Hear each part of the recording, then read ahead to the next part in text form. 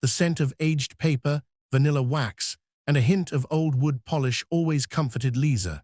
It was July of 1965, and the world outside the small, sun-drenched windows of the Saint Jude Academy library was loud, chaotic, and moving at a frantic pace. The afternoon heat hung heavy over the province, vibrating off the gravel pitch where boys from the varsity team were shouting, their canvas shoes skidding as they chased a stitched leather ball.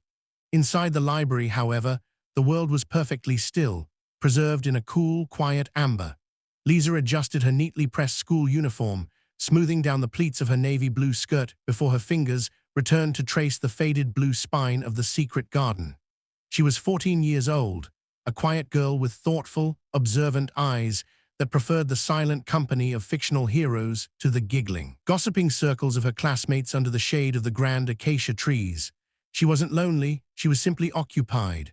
Books offered her a world where everything made sense, where words were chosen with care, and where endings, no matter how sad, felt complete. Across the room, near the large, double wooden doors that led to the bustling main hallway, Frank stood with a leather basketball tucked securely under his arm. He was sweating, his dark hair messy and sticking to his forehead from an intense afternoon practice. A bright, easy smile plastered across his face as his teammates laughed loudly at some joke. But Frank wasn't really listening to them. His gaze was fixed through the glass pane of the library doors, locking onto the girl sitting in the far corner. To Frank, Liza was a beautiful mystery written in a language he hadn't learned to read yet. While the other girls wore bright ribbons in their hair, walked in noisy groups, and actively sought the attention of the varsity players, Liza seemed entirely unaware of her own quiet grace. She moved like a whisper through the corridors, always holding a book close to her chest like a shield. Frank had noticed her months ago, but his athletic popularity felt like a barrier rather than an advantage. How could a boy who spent his life shouting on a court talk to a girl who lived in absolute silence? "Hey, Frank, you coming or what?" Coach is calling a strategy meeting in the locker room, his friend Tommy called out, slapping him hard on the shoulder. "Yeah, go ahead. I'll catch up in a minute," Frank replied, his eyes never wavering from Liza as she stood up and walked toward the librarian's desk to return her book. Frank stepped inside the air-conditioned coolness of the library, the heavy wooden door closing behind him and instantly cutting off the noise of the hallway. He walked over to the desk where Mrs. Duran, a stern-looking woman with sharp spectacles but a surprisingly soft heart, was busily stamping return cards. Mrs. Duran also happened to be Liza's maternal aunt, a fact that Frank had carefully discovered through the school grapevine. "Good afternoon, Mrs. Duran," Frank said, trying to smooth down his wild hair with his free hand. The old woman looked up over her glasses, a knowing, amused glint in her eyes. "A bit far from the gym, aren't you, Frank? I didn't think sports boys knew the way to this part of the building." "I know my way around," Frank grinned sheepishly, leaning against the counter. He looked at the stack of books Liza had just placed there before walking toward the side exit.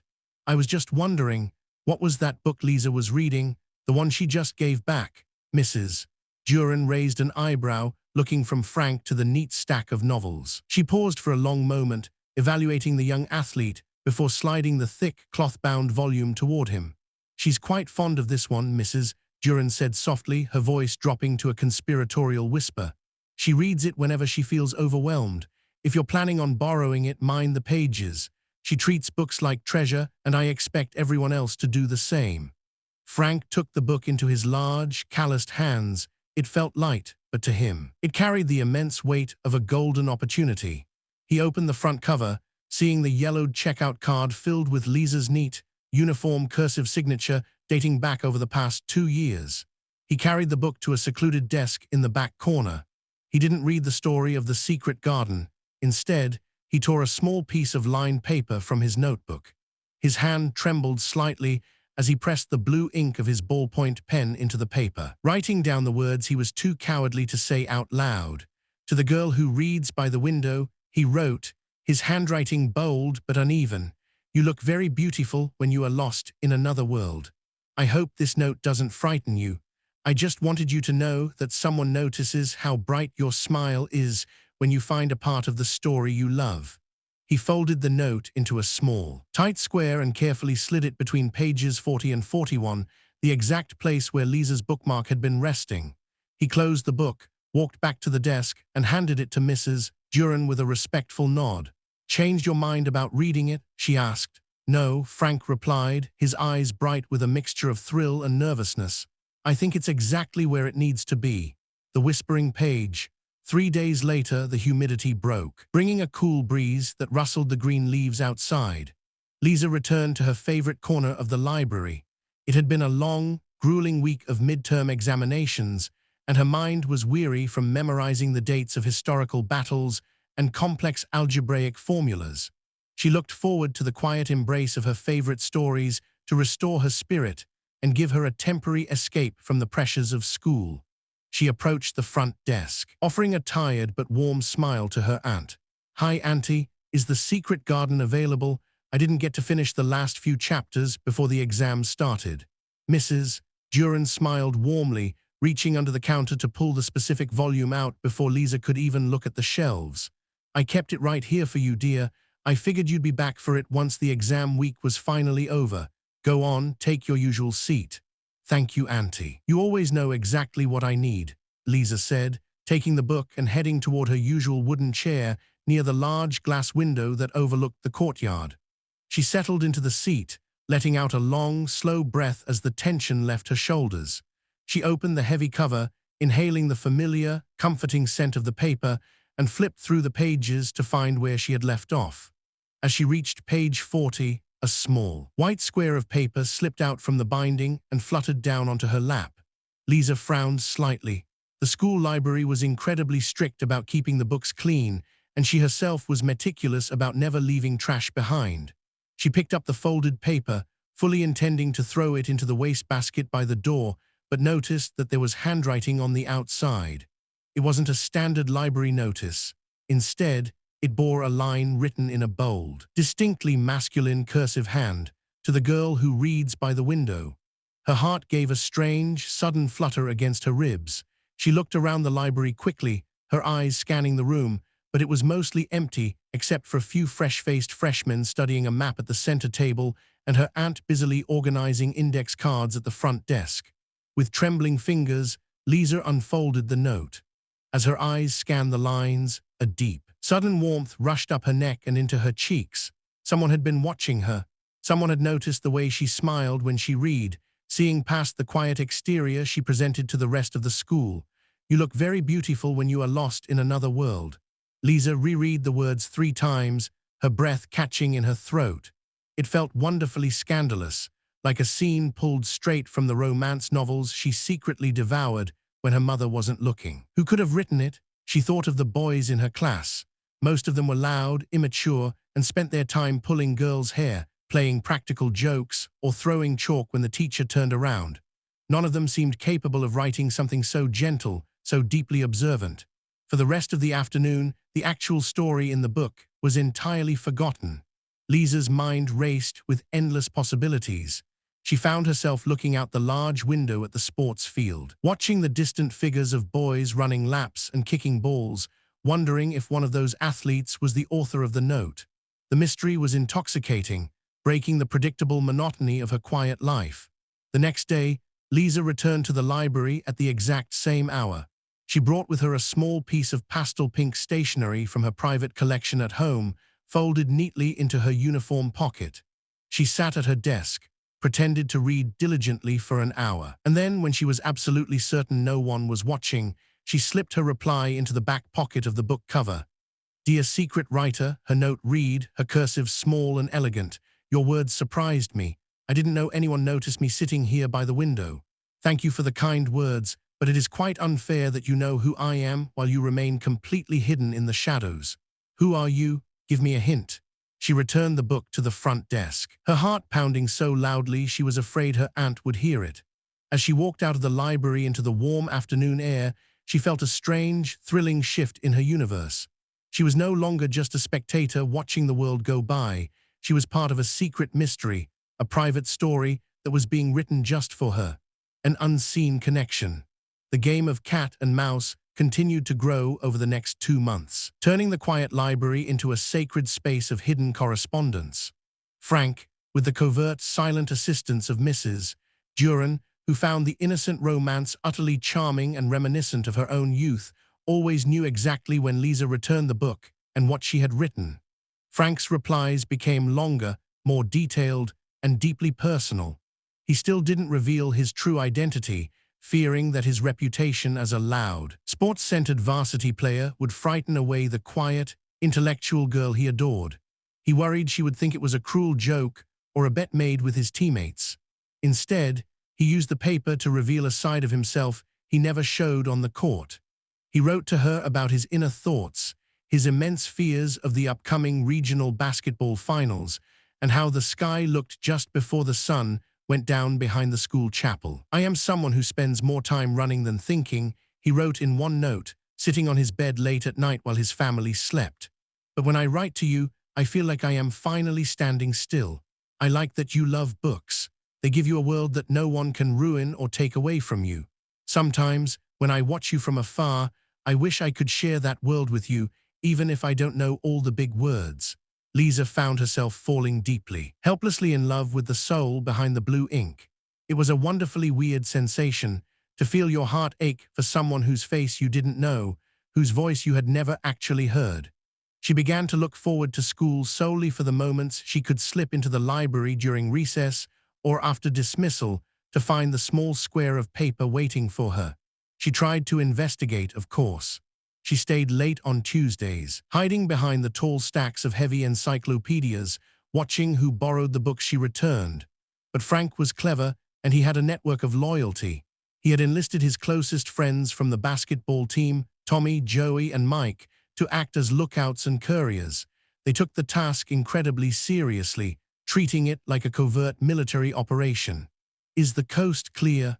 Frank whispered one rainy afternoon, crouching behind the sports equipment shed near the back entrance of the library. "Yeah, Liza just left through the main gate with her friends," Tommy said, peeking cautiously around the concrete corner. "But her aunt is still at the desk. Go quick before the janitor comes to lock up the building." Frank rushed in, exchanged his note with a quick, grateful wink from Mrs. Duran, and dashed out just as the school bell rang for the final campus dismissal. To Liza, the mystery writer seemed like a benevolent ghost, a guardian angel who somehow knew her innermost thoughts before she even spoke them. In her replies, she began to share her own secret dreams. She told him about her intense desire to study literature in the large universities of the city one day, about how much she loved her family, and how her mother's health had been a bit fragile lately, causing her sleepless, anxious nights. "Dear friend," Liza wrote in what would be her final note of that rainy term, "your letters are the brightest part of my days.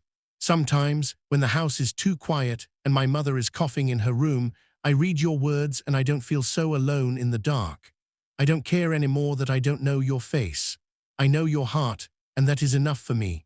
When Frank read that note, he sat alone on the wooden bleachers of the empty gymnasium for an hour, holding the pink paper tightly against his chest.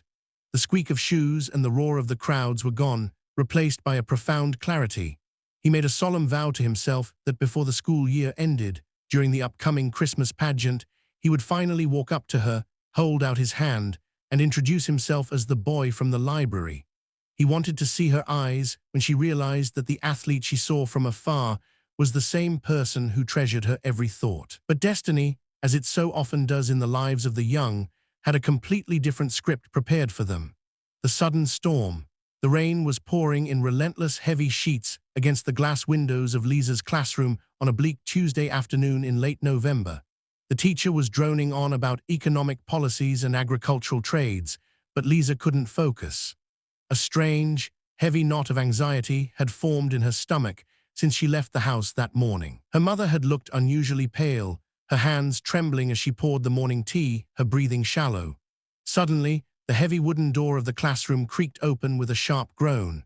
The school principal stood there, her face grave, looking directly at the back row where Liza sat. "Liza, please pack your bags immediately.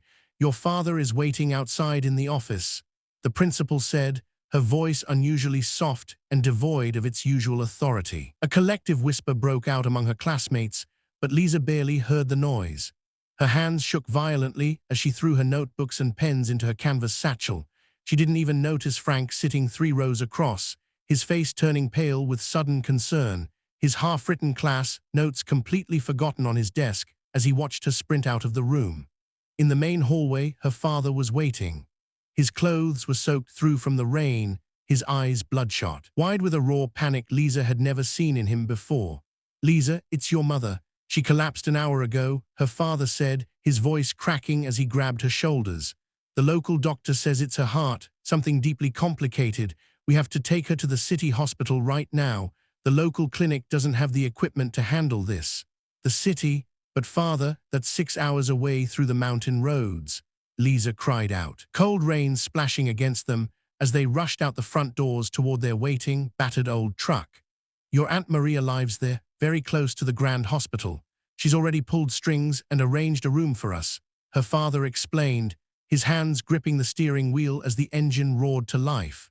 "Your younger brothers and sisters need to stay here so I can continue to care for the farm and work to pay for this.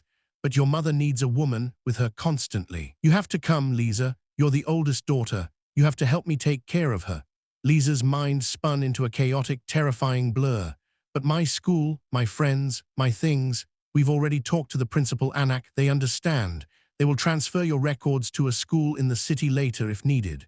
Right now, we just need to focus on saving your mother's life," her father said, a tear escaping his eye as he shifted the truck into gear. As the old truck roared through the school gates, splashing thick mud against the concrete walls, Liza looked back through the rain-streaked window at the stone buildings of Saint Jude Academy. She thought of her books, her quiet corner by the window, and then, with a sharp, piercing pang in her chest, she thought of him. She hadn't left a note. She hadn't said goodbye. She didn't even know his true name to send him a letter through the post once she arrived. To him, she would simply vanish into thin air, leaving nothing behind but an empty wooden chair and an unresolved mystery. The journey to the capital city was long, terrifying, and pitch black. The sound of her mother's labored, shallow breathing filled the cramped cabin of the truck, drowning out every other thought. Liza held her mother's cold, lifeless hand, praying desperately to every saint she knew, while the life she had known for 14 years disappeared into the dark, rainy night behind them. Shadows in the library. The morning after Liza's sudden departure, the sun rose over the academy with a cruel, bright indifference, burning away the storm clouds. Frank hurried into the library before the first bell had even rung, his heart hammering violently against his ribs. He had spent the entire previous night tossing and turning in his bed, wondering why Liza had been pulled out of class so abruptly and why her father looked so broken. He practically threw himself at the librarian's desk, startling Mrs. Duran. "Mrs. Duran, where is she? Is Liza okay? I saw her leave yesterday with her father in the middle of class." Mrs. Duran looked up, her usual warm, welcoming demeanor replaced by deep, sorrowful lines around her eyes and mouth. She was slowly packing a small cardboard box with her personal items, her movements heavy and unhurried. "She's gone, Frank," the old woman said softly, her voice thick with unshed tears. "Her mother had a severe heart attack. They had to rush her to the capital city for an emergency operation. My sister Maria is hosting them, but the city doctors say it's a long, highly uncertain road ahead." Frank felt as if the floor had suddenly dropped beneath his canvas shoes. He gripped the edge of the wooden counter to steady himself. "The city? For how long? When is she coming back to finish the school year?" "She isn't coming back for the rest of the year." "Frank, maybe never," Mrs. Duran sighed, reaching into her apron drawer and pulling out a small, familiar pink slip of paper, the last note Liza had left before the tragedy hit. Her father needs her there to care for her mother while he works here. She didn't even have time to pack her school books.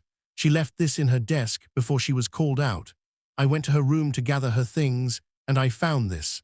I think she meant for you to have it eventually." Frank took the note, his fingers trembling violently. He stepped into the shadows of the book stacks and read the words she had written when life was still peaceful and safe. "I don't care anymore that I don't know your face. I know your heart, and that is enough for me." A single tear fell from Frank's cheek, smudging the blue ink of her beautiful, elegant handwriting. He felt an overwhelming, crushing sense of helplessness. In the world of 1965, without a home phone number, a specific city address, or a last name that he could easily track in a massive, sprawling metropolitan capital, she was as good as lost in another universe. "Can I write to her? Do you have an address for her aunt's house?" Frank begged, looking at Mrs. Duran with pure desperation in his eyes.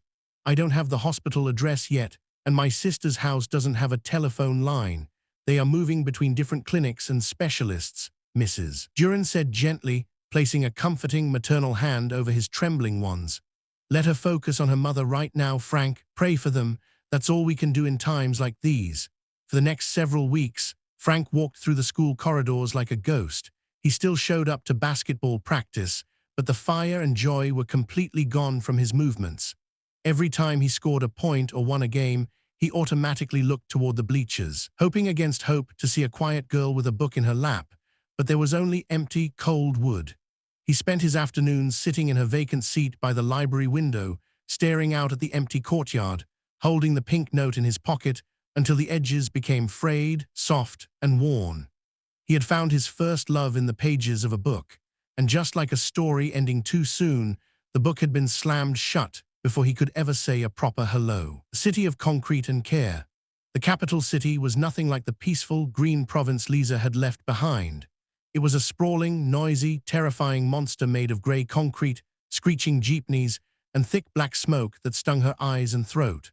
The constant roar of traffic replaced the gentle rustle of the acacia trees, and the air always smelled of gasoline and burning garbage. Liza's new home was a cramped, windowless spare room in her Aunt Maria's small house, located in a crowded, narrow alleyway near the Metropolitan Hospital. The emergency surgery had successfully saved her mother's life, but the recovery was a grueling, agonizingly slow process. Her mother required round-the-clock attention, changing sterile bandages, administering complex schedules of medications, and helping her sit up just to breathe without coughing. Liza's father had to return to the province after 2 weeks. The younger children needed supervision, and someone had to manage the farm to earn the money required to pay the mounting medical bills. Liza was left alone in the city with her aunt, bearing the heavy, crushing responsibility of a grown woman while still carrying the fragile heart of a child. "You're doing a brave, noble thing, Liza," Aunt Maria said one late night as they boiled traditional medicine over a small kerosene stove in the kitchen. "Your mother wouldn't be alive today without your care." "I just want her to get better, Auntie," Liza whispered, her eyes dark with a deep, permanent physical exhaustion. "I miss home." To keep her sanity and prevent her from falling behind completely, Liza enrolled in a local public high school down the street. Her life quickly became a strict, unyielding, and exhausting routine. Wake up at 5 in the morning, prepare her mother's specialized breakfast, run to school through the crowded streets, sit through classes with harsh city strangers who mocked her soft provincial accent, and then rush back to the hospital or the house to tend to her mother's needs until past midnight. There were no quiet libraries here. The school library in the city was loud, packed to the brim with stressed students fighting over old, torn textbooks, and completely devoid of the quiet magic she had known at Saint Jude Academy. In the quietest hours of the night, when her mother finally fell into a deep sleep, Liza would pull out a small wooden box from under her cot. Inside were the 3 letters from her secret admirer that she had managed to slip into her uniform pocket before leaving the province. She would read them by the dim, yellow light of a single bare light bulb, her mind drifting back to the boys on the sports field, the smell of the trees, and the beautiful, weird love that had bloomed in the dark library. "Wherever you are," she thought, pressing the folded papers to her chest, "I hope you didn't think I ran away because I didn't care. I hope you still remember the girl by the window." 2 years passed in this grueling manner. 2 long years of sterile hospital corridors, the sharp smell of antiseptic, and the slow, gradual return of the healthy color to her mother's face. By the time 1967 arrived, the doctors finally delivered the good news. Her mother's heart had stabilized enough for her to safely return to the clean, fresh air of the province. Paths diverged. The day her mother packed her worn suitcases to return home to the province was incredibly bittersweet for Liza. She was now 16 years old, a young woman who had grown accustomed to the fast, relentless rhythm of the city. Her academic performance, despite her heavy caretaking duties, had caught the attention of her high school teachers, and she had been officially offered a small but significant scholarship to continue her college preparatory studies at a prestigious university in the capital. "Are you absolutely sure you don't want to come back home with me, Anak?" her mother asked, her hands now strong and warm enough to hold Liza's face. "Your father misses you terribly. The house is far too quiet without you." Liza leaned into her mother's touch, her eyes tearing up but her resolve remaining firm. "I want to come home, Ma, more than anything in the world. But if I finish my degree here in the city, I can get a high-paying job. I can help Father with the remaining medical debts, and I can make sure you never have to worry about hospital bills ever again." Her mother kissed her forehead, understanding the immense sacrifice her daughter was making. "You are a good, selfless daughter, Liza. God will bless your beautiful heart." And so, Liza stayed behind in the crowded city while her family reunited in the Green Province. She threw herself entirely into her university studies, pursuing a degree in education with a specialization in literature. The memory of the high school library and her secret writer gradually became a beautiful, distant dream, a sweet, nostalgic melody from her childhood that occasionally echoed in her mind during rainy afternoons, but one that she could no longer actively chase. Meanwhile, back in the province, Frank graduated from Saint Jude Academy. He had been heavily scouted by several large universities in the capital for his incredible athletic talent, but his heart simply wasn't in the city. He couldn't bear the thought of being trapped in the concrete jungle where Liza had disappeared. He chose to stay close to his roots, helping his father manage and expand their local agricultural supply business while playing for the regional basketball leagues. Every single time he passed by the old Duran house on his motorcycle, he slowed down, looking for any sign of Liza's return. He even visited Mrs. Duran occasionally after she retired from the library, but the news was always the same. "Liza is staying in the city to study. She's doing incredibly well. She's building a real life for herself there, Frank," Mrs. Duran told him gently over coffee on her porch one afternoon. "She's not the little girl from the library anymore. The city changes people, forces them to grow up fast." Frank nodded slowly, a quiet, heavy acceptance finally settling into his chest. He kept her pink note inside his leather wallet, a hidden talisman of a love that never had its chance to bloom. He knew he had to let her go, to let her fly in the vast sky of the city while he remained rooted in the familiar soil of their hometown. The season of new flowers. By the year 1974, Liza had transformed into a poised, elegant, and deeply intelligent young woman. She had graduated near the top of her university class and secured a coveted position as a literature teacher at a private high school in the heart of the city.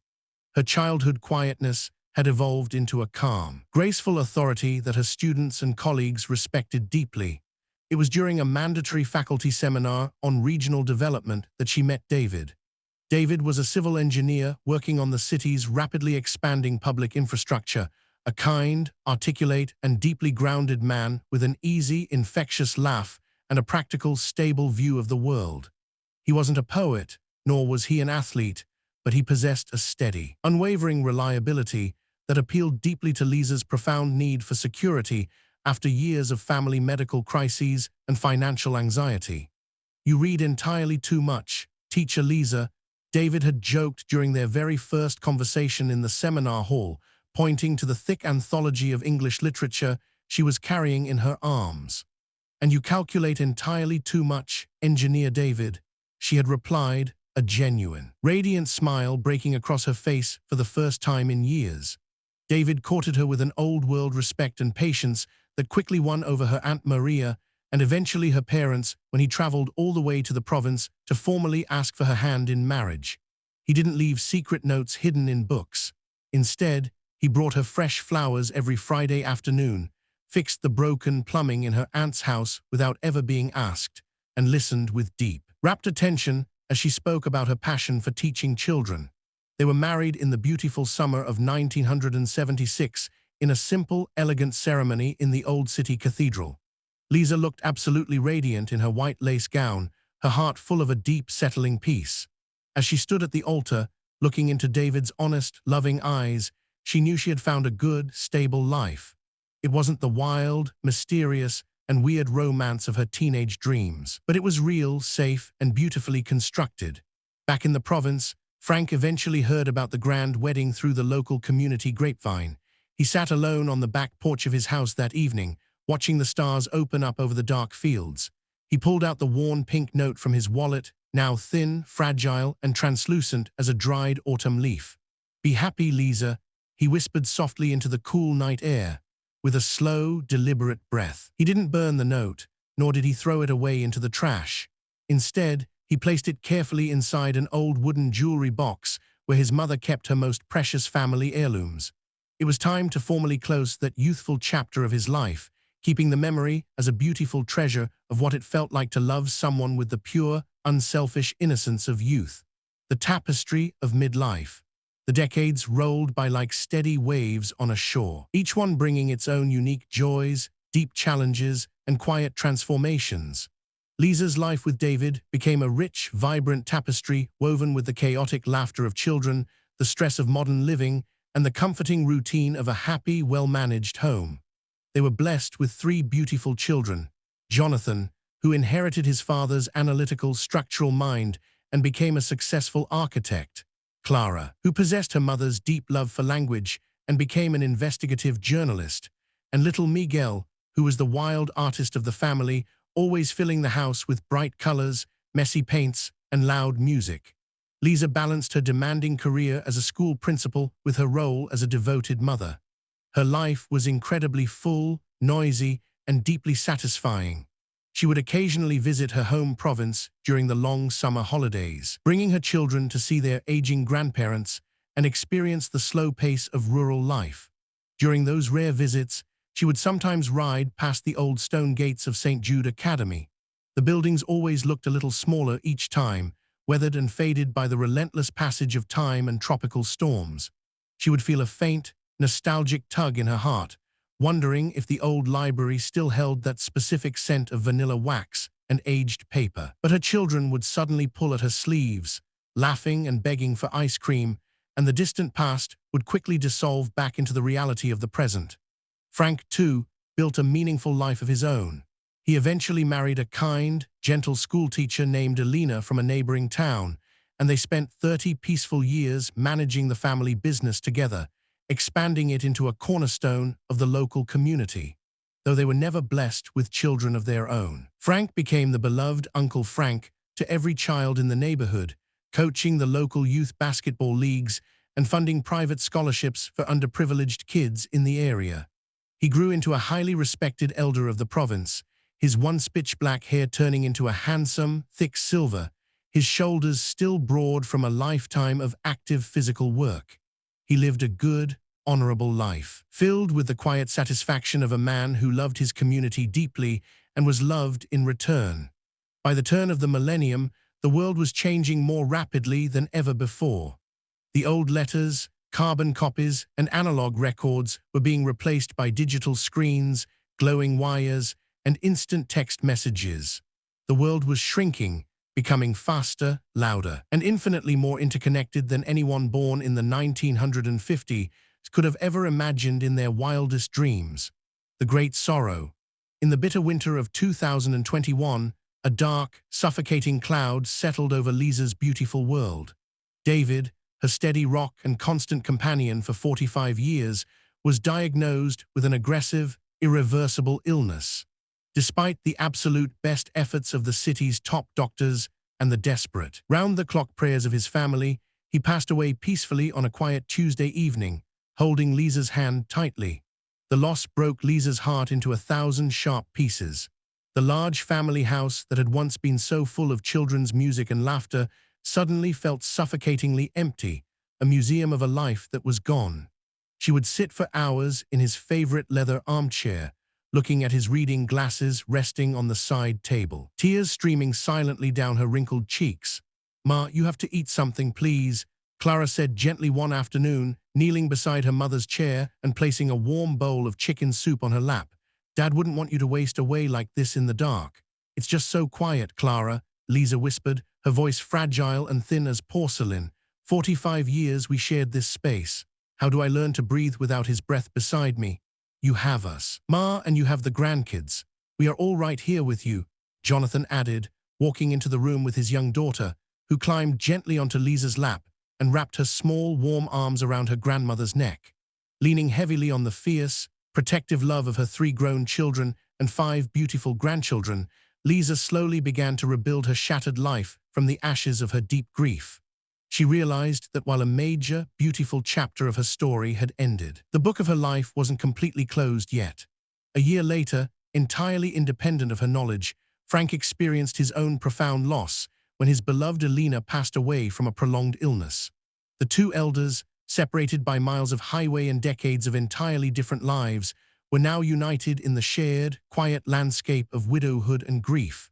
They were both survivors of a generation that valued deep commitment, long endurance, and lasting love. Frank spent his lonely days walking slowly along the riverbank near his house, accompanied by an old golden retriever named Buster. He looked at the mountain peaks in the distance, feeling the physical weight of his 70-plus years, but also a strange, peaceful curiosity about what the final chapters of his life might hold. He had lived well, he had loved well, and now he was simply waiting for the sun to set. The digital window. It was now the year 2026. The world had become fully digital, a place where human memories were stored in invisible clouds and life-changing connections were made through glowing glass screens. One warm afternoon, Liza's teenage granddaughter, Chloe, was sitting on the living room sofa, her thumbs flying across the screen of a tablet. She looked up at Liza, who was quietly knitting a blue sweater by the large living room window, the same lifelong habit of sitting near natural light never having left her. "Lola, you should really have a Facebook account," Chloe said, using the traditional Filipino term of affection for a grandmother. "All your old friends from the province are probably on it. My mom told me you went to a really beautiful old school back then." "Oh, sweetheart, I'm far too old for those modern contraptions." Liza smiled gently, her knitting needles clicking together rhythmically. "What would an old woman like me do with a social media page? I have my books. You can see photos of your old classmates, Lola. Look, let me just make one for you. It takes literally 2 minutes," Chloe insisted, already typing away enthusiastically before Liza could offer any more objections. "What was the exact name of your high school again?" "Saint Jude Academy," Liza said softly, the name evoking a sudden, unexpected rush of intense warmth and nostalgia in her chest. Within minutes, Chloe had successfully set up a profile with a recent photo of Liza, looking elegant and stately with her silver hair styled neatly, her eyes carrying the deep wisdom and grace of 74 years of living. A few days later, Liza was sitting alone with her morning tea when the tablet Chloe had left on the dining table emitted a soft, musical chime. Curious, Liza put on her reading glasses and tapped the glowing screen where a bright red notification icon was blinking. Her breath caught in her throat as she read the words. Notification. Saint Jude Academy Alumni Association posted in batch 1968 group. Grand 50th Founding Anniversary Celebration. A week-long homecoming event starting this June. Liza's fingers trembled slightly as she scrolled through the rapidly growing comments section. Dozens of names from her childhood appeared on the screen, names she hadn't thought of or spoken aloud in over half a century. "Liza, is that really you?" One comment read from a woman named Sarah, who used to sit next to her in history class. "Oh my goodness, the whole class has been looking for you for decades. You absolutely must come to the homecoming. Everyone is asking about you." A deep, long-dormant excitement began to stir in Liza's chest. The quiet girl who had fled into the rainy night in 1965 felt a sudden, powerful, and undeniable pull to return to the place where her story began. She wanted to see the acacia trees again. She wanted to see if the library was still standing. The gathering of shadows. The journey back to the province was filled with an almost childlike anticipation. Jonathan drove his mother down the long highway, watching her through the rearview mirror as she looked out at the changing landscape with wide eyes. The old dirt roads of her youth were now smooth asphalt highways, and the small rural town had grown into a bustling modern city, but the mountain peaks remained exactly the same, guarding the valley like ancient sentinels. "Are you nervous, Ma?" Jonathan asked with a warm smile as they neared the town limits. "A little," Liza admitted honestly, adjusting the collar of her cream-colored blouse. "It's been 50 years, Jonathan. We were just children when I left. I wonder if they'll even recognize the old woman I've become." The St. Jude Academy campus was completely transformed for the grand foundation anniversary. Bright banners of blue and gold fluttered vibrantly in the warm June breeze. The entire campus was alive with festive music, the delicious smell of roasting meats, and the joyous, emotional shrieks of elderly men and women hugging each other tightly, weeping and laughing as they rediscovered the familiar faces of their youth beneath the wrinkles. As designated by the Alumni Organizing Committee, every single graduation batch had been assigned a specific classroom in the old Heritage Building to serve as their headquarters for the week-long celebration. Each batch had gone all out, decorating their rooms with old photographs, trophies, vintage uniforms, and memorabilia from their respective eras. Liza walked slowly up the concrete steps of the main building, her heart beating with a familiar, rhythmic nervousness that felt exactly like her first day of high school. She approached the wooden door marked Batch 1968. Inside, the room was filled with about 30 people, men with bald heads and comfortable waistlines, women with stylish perms and elegant spectacles, all talking loudly over a buffet table filled with local delicacies. The exact moment Liza stepped through the threshold, the room fell into a sudden, dramatic, and absolute silence. Sarah, who was holding a plastic glass of punch, gasped aloud, her hand flying to her mouth. "Oh my God, look who it is, it's Liza!" Sarah screamed, dropping her glass onto the table and rushing forward to wrap Liza in a fierce, tearful embrace. Within seconds, Liza was completely surrounded by a thick crowd of her old classmates. They cheered, applauded, and pulled her into the exact center of the room, treating her like a long-lost queen who had finally returned to her kingdom. "You look exactly the same, Liza, still so beautiful and elegant." Tommy, now a retired municipal judge with a booming voice, laughed heartily as he shook her hand warmly. "You haven't aged a bit. Thank you, everyone. It is so wonderful to see you all," Liza said, her eyes moist with tears of pure, overwhelming joy. But as she looked around the room, she noticed that several of the old varsity players, including Tommy and Joey, were exchanging significant, mischievous glances, their smiles widening with a secret, mounting excitement. "Hey, Joey, go run down to the gym and find him right now," Tommy whispered loudly, nudging his friend's shoulder. "Tell him the 50-year wait is finally over." The revelation of the ink.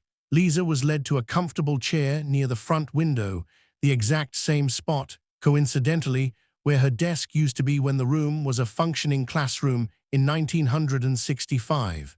Sarah sat closely beside her, handing her a plate of local sweets, her face glowing with decades of pent-up gossip. "Liza, you have absolutely no idea the massive buzz you've caused just by walking in here today," Sarah laughed, leaning in close to her ear. "Someone has been looking for you, asking about you, since the very moment the school gates opened on Monday morning." "Looking for me? Who could possibly be looking for me after all this time?" Liza asked, her brow furrowing in genuine confusion. Tommy stepped forward into the center of the room, clearing his throat with an overly theatrical, judicial flair. "Liza, before he gets here, there are a few major confessions this batch needs to formally make to you. Do you remember the love letters in the library? The ones left inside your favorite books?" Liza's heart completely stopped for a beat. The world around her seemed to slow down to an absolute crawl, the loud noise of the celebration fading into a distant, background hum. "The letters, you all know about them." A loud chorus of warm laughter broke out among the aging group. "Know about them? We were his literal accomplices," Joey admitted, walking back into the room with a wide, triumphant grin. "Frank was absolutely terrified of you. He thought you were far too smart, cultured, and beautiful for a loud, sweaty basketball player like him, so he begged us to act as lookouts.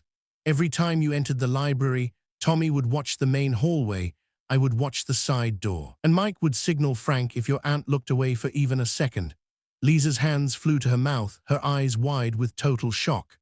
Frank Santos, the varsity captain, the very same," a soft, deep, and deeply familiar voice echoed from the open doorway. The crowd parted instantly, creating a wide, respectful path through the center of the classroom. Standing in the doorway was Frank. He was 74 years old now, his thick silver hair neatly combed back, wearing a crisp, pale blue linen shirt that perfectly matched the timeless color of his eyes. He carried himself with the same broad-shouldered, athletic dignity of his youth, but his face was softer now, etched with the gentle, beautiful lines of a lifetime of kindness and experience. In his right hand, he was holding a small, weathered wooden jewelry box. Liza stood up slowly from her chair, her knees trembling slightly. She looked at the man standing before her, and beneath the silver hair and the passage of 50 years, she instantly recognized the beautiful soul from the blue ink. It was a wonderfully weird, electric moment. The ghost had finally taken physical form. The ink had finally turned into flesh and blood before her very eyes. "Hello, Liza," Frank said, his voice deep, warm, and trembling with a profound, emotional weight that brought an immediate hush to the room. "You still look like the most beautiful girl in the world to me." The truth in the old box. The classmates in the room cheered and applauded enthusiastically, but Frank and Liza completely blew past them. They were trapped in a beautiful, private time capsule, looking at each other across the massive expanse of a lifetime lived apart. Frank walked over to her slowly, his eyes never wavering from hers for even a split second. He placed the small wooden box gently on the table beside her plate. "I tried to find you, Liza," Frank said softly, his eyes filled with a lifetime of unspoken words and hidden longings. "When you vanished into thin air on that rainy day in 1965, I thought my heart had been torn out of my chest. I went to the library every single afternoon, sitting in your empty chair, hoping for a note that never came. Your Aunt Mrs. Duran. She finally told me the truth before she passed away in the city years later. She confessed to me that she was the one who deliberately told me which books you were reading because she wanted us to happen." Liza let out a soft sob, a beautiful mixture of laughter and tears escaping her lips. "Auntie Duran did that? She never said a single word to me. She wanted to protect your quiet world." Frank smiled gently, his eyes crinkling at the corners. "And then, when we grew up, I heard you were married and completely happy in the city. I forced myself to stay far away because your happiness was the only thing that truly mattered to me. But I never forgot you, Liza, not for a single day. I tried searching for your name on that Facebook thing when my nephew set it up for me last year, but I couldn't find a single trace of you. My granddaughter Chloe only created my account a few days ago," Liza whispered, her voice thick with emotion as she looked at him. Frank carefully opened the latch of the wooden box. Inside, resting on a bed of faded, worn velvet, were dozens of slips of pink paper, the exact letters Liza had written to her secret admirer 50 years ago, perfectly preserved, their edges worn soft, but their blue ink completely intact. And resting directly beside them was a single, fresh, unaged copy of The Secret Garden. "I kept every single one of your notes, Liza," Frank said, his voice cracking slightly with emotion. "They were my most prized possessions through all these decades. They reminded me of a time when love was completely pure, simple, and beautiful. When I saw your name appear on the alumni attendance list this morning, my old heart started beating like a 14-year-old boy's all over again." The classmates in the room were openly wiping their eyes now, the old, tough varsity players sniffing loudly, completely undone by a high school romance that had successfully survived half a century of absolute silence. Liza reached out her delicate, wrinkled fingers, touching the pink notes she had written when her hair was pitch black and her heart was entirely untried by grief. She looked up into Frank's blue eyes, seeing the exact same boy who had watched her through the library glass, his gaze still shining with the exact same adoration. A courtship in the autumn air. The rest of the homecoming foundation week passed in a beautiful, golden blur of shared memories and rediscovered youth. Frank and Liza were absolutely inseparable. They walked slowly along the old gravel paths of the campus, visited the newly renovated modern library, which still somehow held a faint trace of that old, familiar smell of paper, and sat together on the wooden bleachers of the grand gymnasium, watching the current generation of students practice their plays. They talked for hours on end, effortlessly filling in the massive, decades-long gaps of their respective lives. They spoke of David and Alina with deep, profound respect and genuine affection, honoring the beautiful, complete lives they had built with their late spouses. They discovered that despite their different paths, they both loved the sound of heavy rain on tin roofs, they both preferred their morning coffee completely black, and they both possessed an unyielding, fierce love for their children and grandchildren. On the final evening of the week-long celebration, a grand alumni ball was held under the bright stars in the central courtyard of the academy. The night air was cool, filled with the intoxicating scent of night-blooming jasmine and the nostalgic, sweet melodies of 1960s love songs played live by a local band. Frank, looking remarkably dapper and handsome in a dark suit jacket, walked up to Liza's table where she was sitting with Sarah. He held out his right hand, bowing slightly with an old-school, timeless gallantry. "May I have the honor of this dance, Teacher Liza?" he asked, his smile bright, hopeful, and endearingly nervous. Liza smiled radiantly, placing her delicate hand into his large, warm, and calloused palm. "I would absolutely love to, Captain Frank." As they moved slowly onto the crowded dance floor, completely surrounded by their cheering, whistling, and clapping classmates, Frank pulled her a little closer to his chest, his movements incredibly gentle, respectful, and protective. "Liza," he said softly, looking down into her eyes as the slow music swelled beautifully around them. "I know we are firmly in the autumn of our lives. I know the road ahead of us is naturally short compared to the massive one behind us. We have our own separate families, our own deep memories, and our own complex histories. But I've spent 50 years loving a beautiful ghost, and now that the ghost is standing right here in my arms, I don't ever want to let her go again."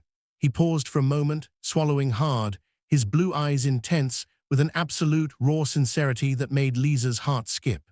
"I don't expect you to rush into anything at all, Liza, but I want to do this right this time.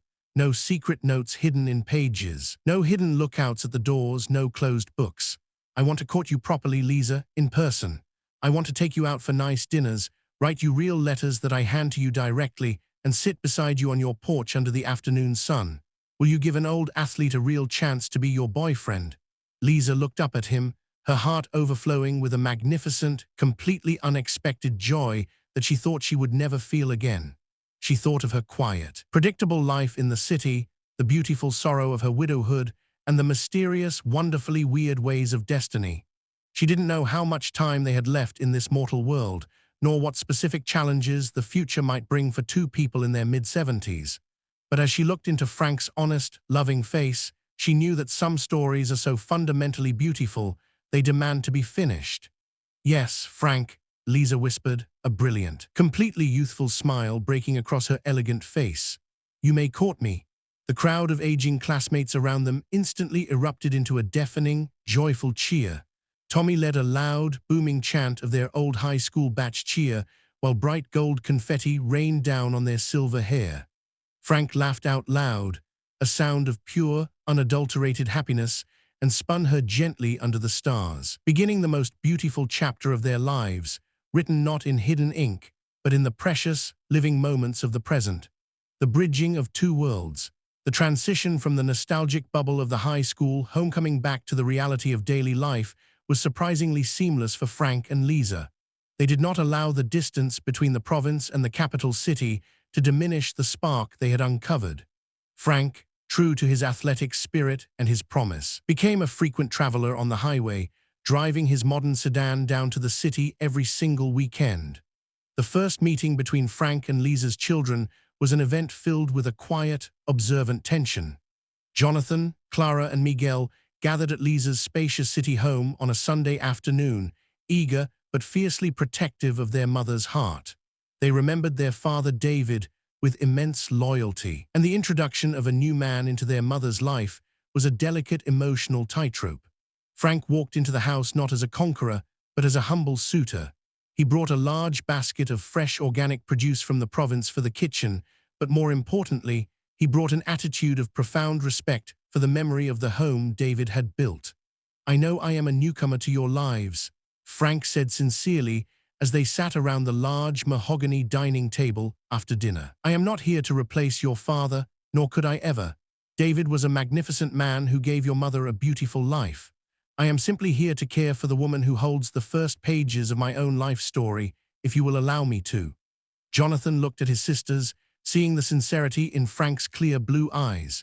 The protective wall began to crumble, replaced by a deep appreciation for the joy that had returned to their mother's face over the past few months. "You make her laugh, Frank," Clara noted, her journalist's eyes softening.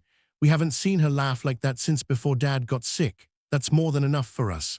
With the blessing of their families, the courtship flourished beautifully. Frank took Liza to the botanical gardens in the city, where they walked hand in hand among the exotic orchids, discussing literature and sports with the ease of old friends. Liza, in turn, began to write him weekly letters, not hidden in the library, but sent through the mail, filled with her thoughts on the book she was reading and her excitement for his weekend visits. They were bridging their two vastly different worlds with the sturdy timbers of mutual respect, patience, and an enduring, youthful affection. The living page. 2 years later, the golden sun was setting over the wide veranda of a beautiful, modest house in the province. The afternoon air was warm, filled with the familiar, rhythmic sounds of cicadas starting their evening chorus in the trees. Liza sat comfortably in a wooden rocking chair, a brand new novel resting open on her lap. Her silver hair was tied up neatly in a loose bun, and she wore a soft pink sweater that perfectly matched the exact color of her old high school notes from the library. A car pulled up into the gravel driveway, and 3 young children came bursting out of the doors, running up the concrete steps with joyful, booming shouts. "Lola, Lola, we are finally here." It was Clara's children, visiting for the long weekend from the busy capital city. Behind them walked Clara and Jonathan, carrying heavy bags of groceries, their faces completely relaxed and happy. They had fully embraced Frank into the family, recognizing the profound, lasting peace and vibrant joy he had successfully brought back into their mother's life. A moment later, the screen door creaked open with a familiar sound, and Frank walked out onto the veranda, carefully carrying a tray with 2 tall glasses of fresh lemonade. He looked remarkably healthy and vibrant, his face sun-kissed from a long morning spent working in the vegetable garden, his eyes bright with absolute contentment. "Here you go, sweetheart," Frank said softly, handing a glass to Liza and kissing her wrinkled cheek with deep tenderness. "The kids are finally here. The house is about to get incredibly loud." "I like the noise." "Frank," Liza smiled radiantly, reaching up to take his hand and squeezing his calloused fingers tightly. "The noise reminds me that our story is still actively going on, that the book isn't finished yet."